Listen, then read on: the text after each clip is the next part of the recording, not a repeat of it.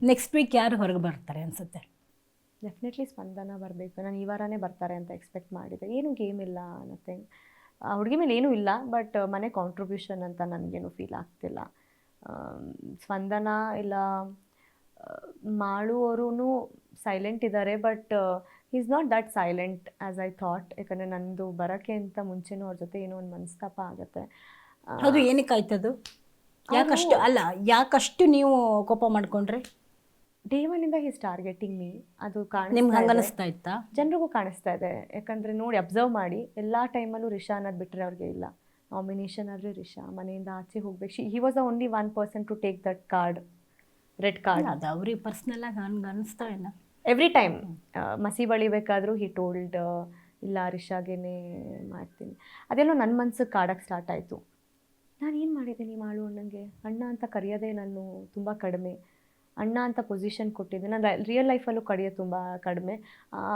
ದೊಡ್ಡ ಪದನ ನಿಮಗೆ ಕೊಟ್ಟಿದ್ದೀನಿ ಅಂದಾಗ ನನಗೆ ಮನ್ಸಿಗೆ ಸ್ಟಾರ್ಟ್ ಆಯಿತು. Is like what have done to him. ಅವ್ರದ್ದು ಏನಾಗೋಯ್ತು ಮೇ ಬಿ ನನ್ನ ಮಾತು ವಿಚಾರಗಳು.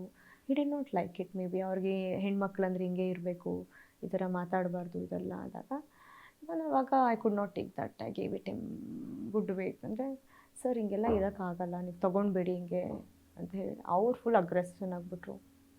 ಅದಕ್ಕೆ ಐ ಡೋಂಟ್ ನೋ, ಅವರೇ ಬಂದಮೇಲೆ ಕೇಳಿ ಯಾಕೆ ರಿಷಾ ಇಷ್ಟ ಇಲ್ಲ ಅಂತ ಅಂದ್ಬಿಟ್ಟು ಅಷ್ಟೇ. ಖಂಡಿತವಾಗ್ಲೂ ಕೇಳೋಣ.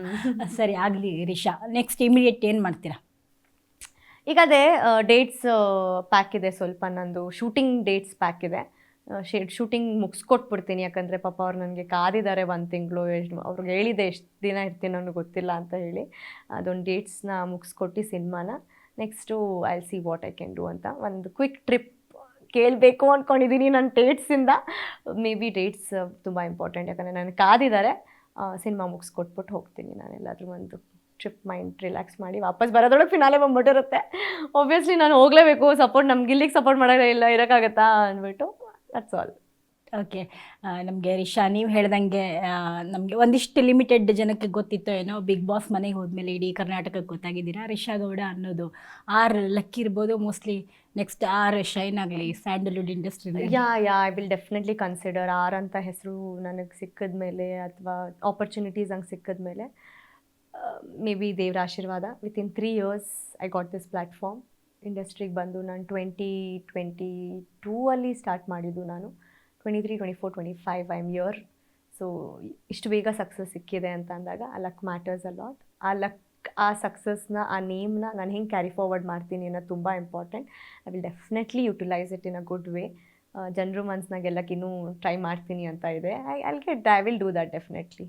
Thank you so much for your time Risha. Yes, thank you so much. Okay ವೀಕ್ಷಕರೇ, ಇದಾಗಿತ್ತು ಈ ಹೊತ್ತಿನ ವಿಶೇಷ. ನೆನಪಿರಲಿ, ನ್ಯೂಸ್ ಅಂದರೆ ಪಬ್ಲಿಕ್ ಟಿವಿ.